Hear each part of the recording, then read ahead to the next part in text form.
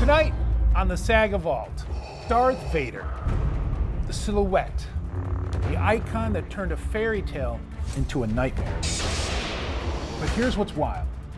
Vader isn't just a character. He's a product. And sometimes a pair of fuzzy slippers.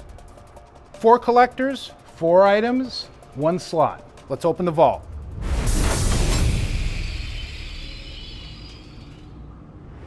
Welcome to the SAGA Vault, where the world's most passionate Star Wars collectors bring their most cherished artifacts to our table.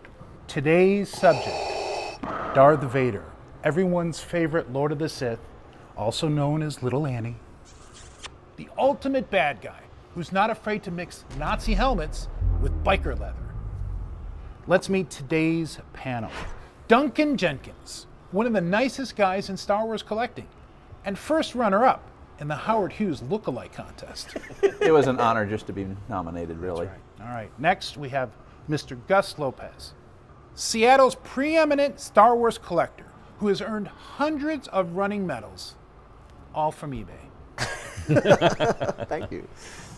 And Lisa Stevens, a passionate Star Wars collector who's imprisoned the original Yoda in a windowless room never to see the light of Dagobah again. And finally, the maestro, Steve Sansweet, the only panelist here to be immortalized with his own officially unofficial action figure that sits in a place of honor in his own museum. They're carefully locked up so nobody tries to sell me on eBay. All right, let's get started. Steve, you've got the first piece to present. Okay.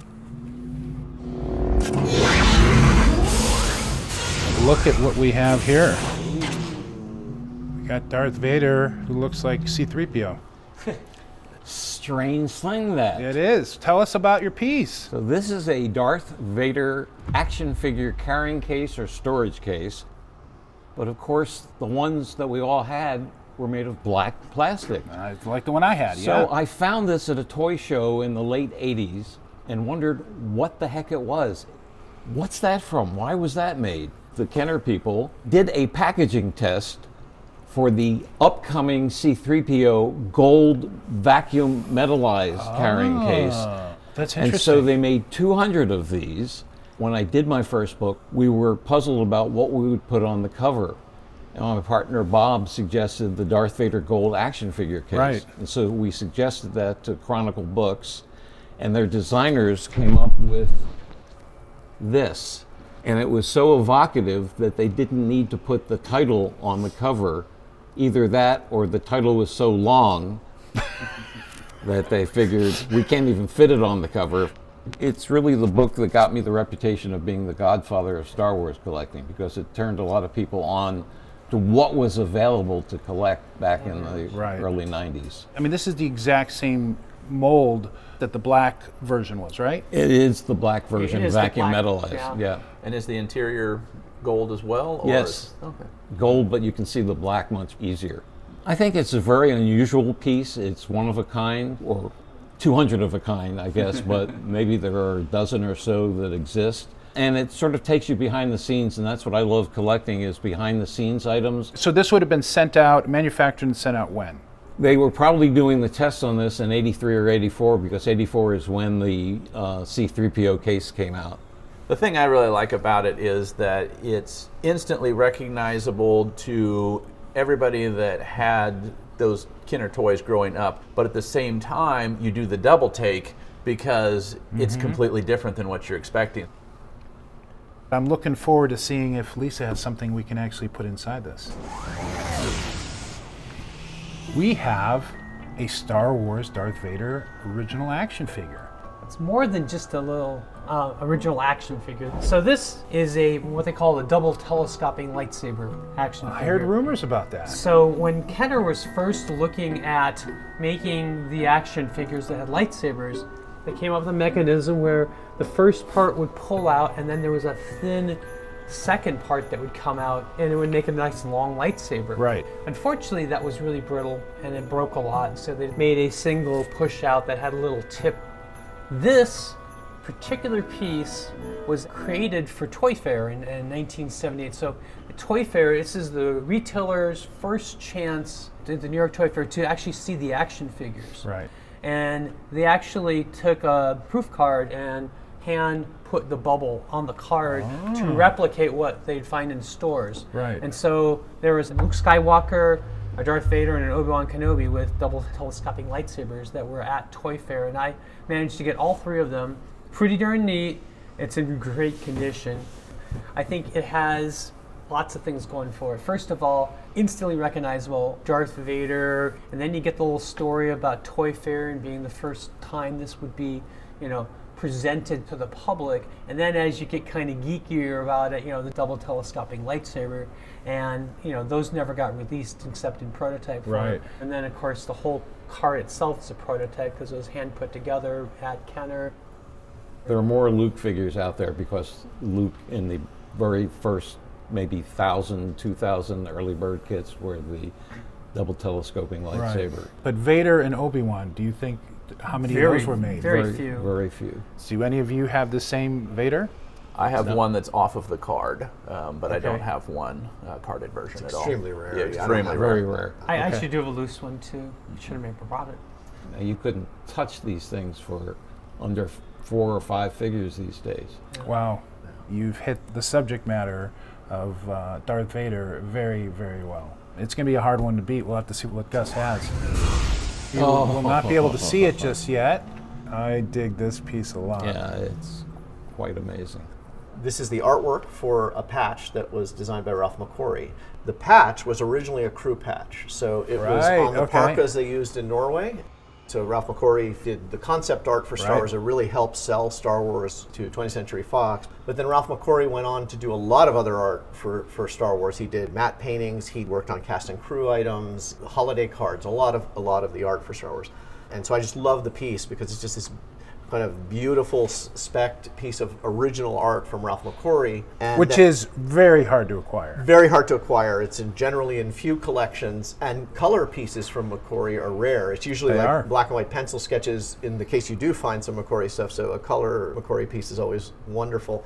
So what I did is I put it next to one of the patches. Is that a patch from a production? That is a crew patch. That's a crew patch. And so Was this art used to make the patch? Given yes, to that's the patch right. makers? This is sort of the detailed spec piece for the patch. But this is an early version of the patch, and some of you will know, note on the artwork that there's a blue halo above Vader's helmet. You see there's Yes. the original specs for the patch were that McQuarrie had was this like blue halo. And so this version of the patch is the blue halo version of the patch. So the crew patch is exceptionally rare, but this one's even The rare tougher. of the the rare rare. of the rare. These didn't even make it onto the crew outfits.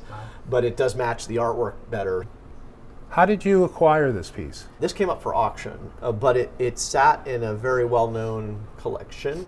How often did he do these on-screen artworks? Because this is just crew stuff. Yeah, I mean, the early years, I think almost every crew item Ralph McQuarrie had a hand in. So he was like the involved in holiday all that cards, he stuff. didn't do all the holiday cards, but he did a lot of them. So And he worked he did a lot full of the, time for Lucas? He was working full time during those years, so that's the kind of thing I love, that tracking down that stuff. But McQuarrie's stuff is wonderful. I mean, I love the concept pieces he did as well, and I have a couple of those.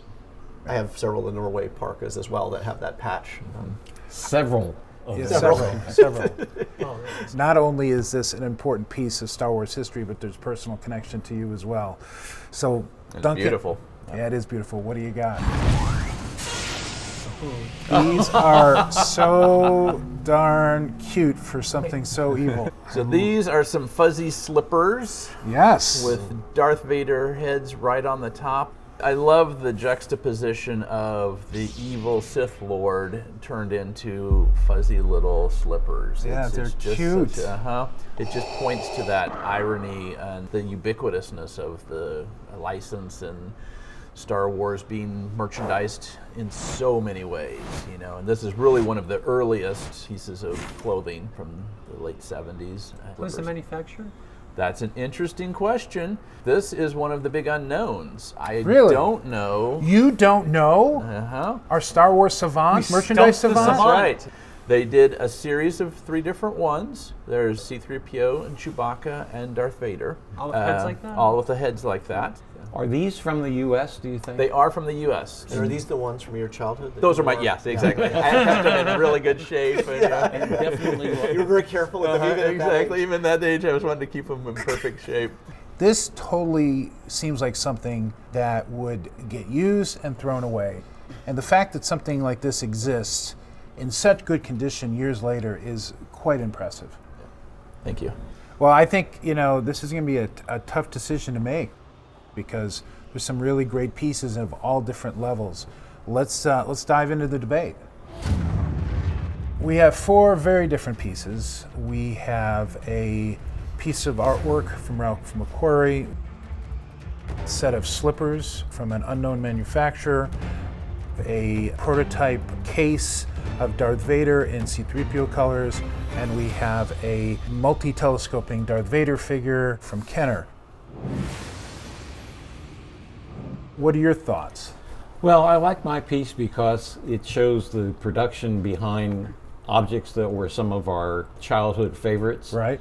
And it shows a very unusual aspect of the manufacturing of the products. The concept of screen a collectible, coming up on 35 years. I mean, it was a monumental book for collectors who grew up as kids with Star Wars because it was like, wow, the recognition of collecting as this serious hobby.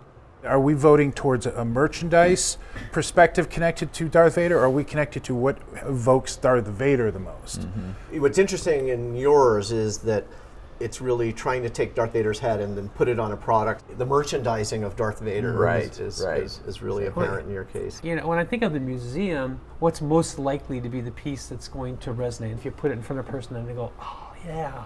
Well, and certainly in your case, the action figures, a lot of people collected them. There's a huge nostalgic thing because that was what was king in the merchandise. When I think about your piece also, I mean, it's a great, exceptionally rare. As a collector, it's one of the most coveted. It is also esoteric. I think it works on different levels of complexity, and at the top level, it's a Darth Vader action figure, and a beautiful card with like iconic imagery. And then people remember having action figures. The people who want to be geeky, that can get geeky and be wowed by its rarity. When it comes to the subject matter of Darth Vader, if it was just a regular action figure, okay, but since it's so unique, it kind of puts it over the top. That does feel like something that embodies the category that we're looking at. Yeah.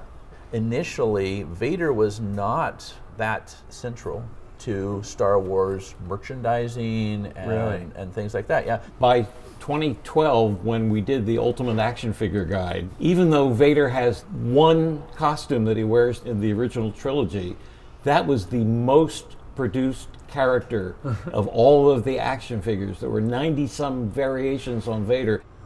We've thrown out some ideas of what works and what doesn't, certainly for me, but it doesn't mean that's what the vote's going to be. So let's vote. All right.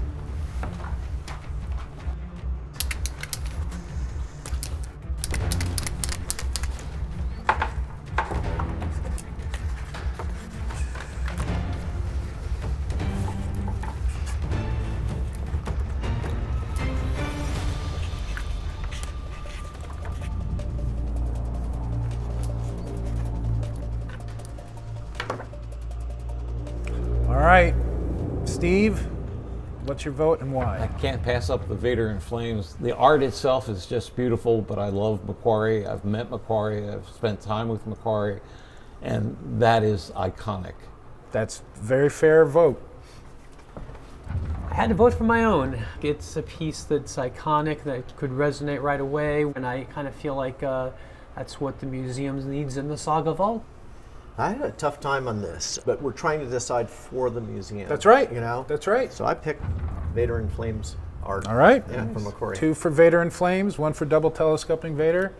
Well, for all the reasons that have already been mentioned, I definitely went McQuarrie. It's just so beautiful, and I love the patch. I love the artwork. Yep. All right.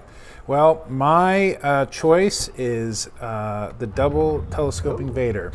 As much as I love Gus's piece, I think for the museum, a piece like that If you're going to have one Darth Vader figure, that's the one to have.